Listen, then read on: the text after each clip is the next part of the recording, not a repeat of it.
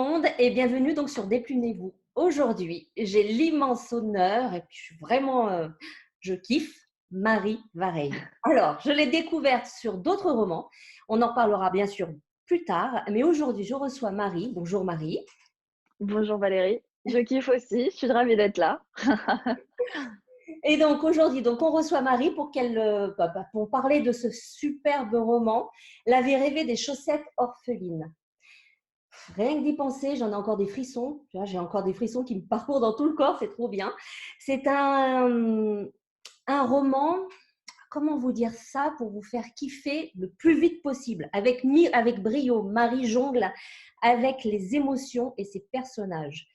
Je peux vous garantir que la charge émotionnelle est tout juste époustouflante. Alors, est-ce que vous êtes prêts à découvrir Marie? Est-ce que Marie, toi, tu es prête à ce que je te déplume et qu'on puisse discuter de ce fabuleux Bah roman? écoute, je crois que maintenant que je suis là, j'ai plus vraiment le choix. Tu n'as pas le choix, tu es coincé entre ta bibliothèque et mon écran. Interdiction à toi de partir. Alors, Marie, maintenant, l'interview va se passer donc en deux temps. La première, je te déplume. La deuxième, c'est hashtag défi. Prête? Ça marche. Allez. Alors, tu es plutôt rue Colorée du Canal Saint-Martin, la plage du Narragansett. Là, c'est bon, je crois que je l'ai bien dit. Saut Presque. d'Hollande. Pas tout à fait. On y était presque, presque. Je vais y arriver. Avant la fin, je te promets, je vais y arriver. Ou alors, es-tu plus les rues trépidantes de New York? C'est quoi ton kiff? Alors, c'est que des endroits que j'aime bien, hein, que j'ai mis dans ce roman du coup, donc je suis un peu tous ces endroits, mais je dois dire que là aujourd'hui, si je devais en choisir un, ce serait justement la plage de Narragansett. Narragansett. Ça y est. Ça y est, Narragansett. ça a été C'est dit. vrai que c'est Ok. vrai que c'est que des endroits que j'aime bien, c'est que des endroits où j'ai vécu aussi. Et voilà. Et si j'avais 10 ans de moi, j'aurais répondu, je suis définitivement les rues trépidantes de New York. Mais voilà, maintenant je suis vieille, donc j'aime le calme, j'aime la mer et les mouettes et tout ça. Et donc je dirais Narragansett. Magnifiquement, tout en sachant que tu le décris merveilleusement bien dans chacun des mots. C'est juste fabuleux. Autant te dire que j'aimerais bien y aller. Mais peut-être Il faut y aller. Je vais peut-être y C'est aller. un Mais très d'abord, très tu bel vois, endroit. cheveux blancs, mais j'irai d'abord dans les rues trépidantes de New York. Il faut y aller aussi, ouais. Deuxième question. La vie rêvée, pardon, des chaussettes est un roman qui porte sur la famille, un roman où les émotions s'entrechoquent. Pourquoi cette envie d'écrire un roman beaucoup plus dans l'émotion? C'est une bonne question. En fait, je me pose pas forcément la question comme ça quand j'écris. Je vais pas me dire: «Je vais écrire un roman, qui va être une comédie ou dans l'émotion». Je réfléchis pas en termes de genre. Moi, je commence toujours à écrire avec des personnages et il se trouve que bon, dans les chaussettes orphelines, les personnages, ils sont un peu plus, blessés par la vie, on va dire, que d'habitude et du coup, bien qu'il y ait, enfin, je pense en tout cas dans le roman des scènes de comédie plus lég des choses plus légères, plus drôles comme dans mes romans précédents, c'est vrai qu'il y a un côté un peu plus lourd, un peu plus, bah, dans l'émotion comme tu le dis. Mais ça, c'est pas moi qui choisis en fait, c'est mes personnages. Mais au départ, moi, je me dis pas: «Je vais, écrire un roman dans l'émotion qui va être moins léger que les précédents». Ok, très bien. Alors, troisième question. D'où te vient l'importance de se battre pour réaliser ses rêves? Alors ça, c'est pareil, c'est une question difficile. Je pense qu'il y a plusieurs choses. D'abord probablement mon papa, qui m'a beaucoup poussée à écrire, qui m'avait acheté un livre pour apprendre à écrire, quand je me posais beaucoup de questions. Donc c'est qui avait vraiment été un déclencheur où je m'étais dit: «Bon là, je vais écrire un roman, même s'il est nul, même si personne ne le lit jamais, mais j'irai jusqu'au bout, j'écrirai une histoire et après éventuellement je passerai à autre chose, mais je vais le faire». Et je pense qu'il y a aussi, bon ça ressort un peu dans ce roman, mais moi j'ai une partie de ma famille qui habite aux États-Unis. J'ai passé pas mal de temps, en vacances, mais j'ai aussi étudié, j'ai un peu travaillé et il y a une culture quand même très différente, aux États-Unis et en France, et je pense que j'ai notamment quand j'ai étudié 1 an aux États-Unis et je me souviens que c'est à ce moment-là où vraiment j'ai eu le sentiment que si je voulais devenir écrivain, en fait, je pouvais. Il suffisait juste de beaucoup travailler, de beaucoup écrire et de continuer jusqu'à ce que j'y arrive et je pense que cette partie-là m'a pas mal poussée, influencée aussi, culturellement Alors même si parfois, en France, on a tendance à considérer que c'est un petit peu niais, ce côté, live your dream, à la Walt Disney, mais au fond, moi, j'y crois vraiment et c'est vraiment ça qui m'a poussée à aller au bout. Eh ben moi, je crois aussi, comme toi, réaliser ses rêves parce que sans ça, ben, la vie, franchement, à montrer un petit peu de piquant. Allez, Pas fun, ouais. dernière question avant qu'on passe dans le hashtag défi. Es-tu une adepte des chaussettes orphelines? Alors, bien sûr, tu as le droit de répondre tout aussi bien sur le sens figuré que sur le sens propre.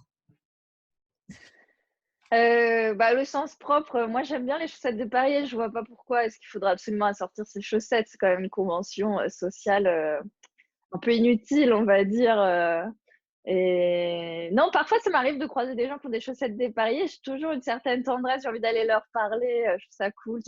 C'est comme pas mettre son réveil à une heure fixe ou enfin des choses comme ça que tout le monde fait naturellement et puis quand on y réfléchit, ça sert à rien, quoi. Et donc oui, j'aime bien les chaussettes dépareillées au sens propre et après au sens figuré, donc au sens du roman, c'est un peu triste parce qu'une chaussette orpheline, en fait, c'est quelqu'un qui a perdu sa chaussette sœur, quoi. Donc c'est quelqu'un qui a un gros vide dans sa vie. Donc je peux pas dire que j'aime les chaussettes, orphelines au sens figuré parce que c'est une situation que je souhaite à personne. Après, oui, c'est des gens pour qui j'aurais toujours, une grande tendresse, une grande compassion, parce que c'est en fait déjà c'est une grande chance de rencontrer son âme sœur, enfin vraiment des gens avec qui on connecte complètement. Et je pense qu'il y a encore pire que de jamais rencontrer son âme sœur, c'est de la rencontrer et puis de la perdre. Et voilà, c'est un peu cette idée qu'il y a derrière l'image des chaussettes orphelines. Magnifique. Magnifique, magnifique. Bon, alors, on avance parce que c'est vrai que j'aurais des tonnes de choses à te demander, mais on s'est dit qu'on restait.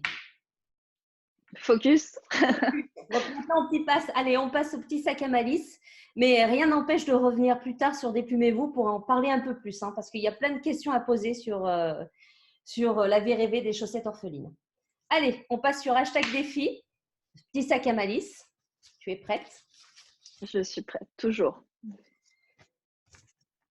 Ah mon Dieu! Maintenant, tu me fais peur là. Oui, j'ai peur pour toi. Le pitch de ton roman en 5 secondes. Ah, 5 Allez, secondes. Bon, je te laisse compter. C'est une vas-y. phrase, quoi. Je dirais que c'est l'histoire d'une fille qui a tout perdu et qui doit apprendre à se relever. Bien! En 4 secondes Je et l'ai fait en demie! 4 secondes, ouais. T'as vu? Bravo! Bravo, bravo, bravo. Alors là, franchement, chapeau. Allez, deuxième question. Pourquoi ce genre littéraire et aurais-tu envie de t'essayer à autre chose, tout en sachant que tu t'es déjà essayé à autre chose, donc en dystopie, Ouais. avec un roman, Alors, avec un 3 tomes que j'ai surkiffé. Mais vas-y. c'est compliqué parce que, alors moi, théoriquement, j'ai envie d'écrire dans tous les genres. Mhm. Parce que je lis un peu de tout et dès que je lis un livre bien dans un genre particulier, il y a une petite voix qui me dit: «Ah, mais est-ce que je serais capable de faire ça? Puis ce serait marrant, c'est différent, ça changerait». C'est comme ça qu'on passe de la romance à la dystopie, au feel good, ce dernier roman d'ailleurs, je sais même pas trop dans Thriller quel genre. psychologique, je te verrais bien. Bien sanglant. Je sais pas si j'irai jusque-là, mais en tout cas, de toute façon, moi, j'ai pas envie de me cantonner à un genre ou à enfin, j'ai pas envie d'écrire des romans qui se ressemblent parce que pour moi, la grande richesse de ce métier, d'être écrivain, c'est justement d'avoir le droit d'écrire ce qu'on veut dans les univers qu'on veut, de pouvoir voyager dans le temps. Et voilà. Et donc, j'ai envie de profiter de cette liberté-là. Et donc, je n'ai pas de projet particulier, mais je ne me cantonnerai jamais à un genre spécifique pour toujours. Je m'ennuierais, quoi. Tu as raison, tu as tout à fait raison. C'est comme les chaussettes orphelines. Je suis tout à fait d'accord avec toi. Alors, ton moment préféré dans le roman et pourquoi? Euh, Alors, je réfléchis. Le problème, c'est que j'ai pas envie de spoiler trop, mais j'ai envie de dire que mon moment préféré, c'est la fin. Voilà. Ah ben, on me laissera juste comme ça. Parce... Ouais. Non, non, juste comme ça. Faut pas. La fin, elle est trop bonne. Alors non, juste comme ça. Ah oui, moi, tu m'as scotché. Moi, ça m'a scotché. C'est pas possible. D'ailleurs, C'était le but. Du coup, je me suis bien amusée, moi, en écrivant. Ouais, mais d'ailleurs, du coup, quand je t'ai envoyé le petit message où je t'ai entouré de machin, je dis what? Non, mais attends. Alors, fiction ou réalité tes personnages? Bah, toujours un petit peu des 2, hein, c'est jamais un personnage entier de la réalité que je vais utiliser dans un roman. En fait, je prends des traits de personnalité à droite à gauche, des petites caractéristiques, physiques ou comportementales et puis je vais créer un personnage à partir de ça. Donc il y a toujours c'est toujours de la fiction, mais c'est toujours inspiré de la réalité. Ok. Allez, l'étincelle de départ pour ce roman. Alors là, c'est une bonne question parce que autant pour tous mes autres romans, je suis capable de te répondre, autant celui-là, j'en ai pas la moindre idée. Je suis partie à la base sur une histoire qui avait rien à voir et je sais plus comment je suis arrivée à cette histoire. Mais J'ai écrit juste après, j'ai commencé à écrire après mon accouchement, je venais d'avoir un petit bébé, j'étais épuisée, je pense que j'étais shootée aux hormones, donc je ne me souviens de rien. Mais je sais que c'est moi qui l'ai écrit quand même, parce qu'il y a c'est tellement de choses personnelles dedans que quand je le relis, je me dis non, mais c'est moi qui l'ai écrit, mais comment, je sais pas. Eh ben, on va dire que l'étincelle personnelle, non, c'était quoi la question? Je sais même De pas. départ. L'étincelle de départ, on va dire que c'est juste à la synchronicité. Voilà. Bien fait. Voilà. Allez, est-ce qu'il reste encore des questions? Oui, une. Oh, la musique qui incarne le mieux ton roman. Ah, la musique qui incarne le mieux mon roman, je dirais que c'est la musique de Joan Jett. Ok, tu me la Et chantes. sans doute. Allez, tu la Ah chantes. mince, là, j'avais oublié en plus. Non, je chante pas. Honnêtement, je vais pas imposer ça aux gens. Déjà, je leur impose mes Ouais, histoires. mais non, alors non, tu ne nous imposes pas tes histoires, elles sont juste fabuleuses. Mais si tu fredonnes, je fredonne avec toi, même je ne sais pas qui c'est, mais c'est pas grave. Vas-y, allez. Lance. Si, tu connais, hein, si, tu sais, ça fait I love rock and roll. Nanana, nanana, nanana. Je connais pas les paroles évidemment, hein, mais C'est parfait. Ben alors moi, il vaut mieux pas que je parle anglais, tu serais mort de rire. Donc, tu vois, j'ai chantonné avec toi. J'adore, vrai, je kiffe aussi cette, c'est quoi ça, années 80? ouais, années 5? 80. 80? Alors, je pourrais pas te dire exactement, mais Mon Dieu, le coup de vieux que tu viens de me mettre. J'avais 10 ans. on en est tous là. Oh, moi, beaucoup plus que toi. Ok, Marie, je te remercie infiniment d'avoir passé ce petit moment avec nous. C'est vraiment très, très, très, très sympa de ta part.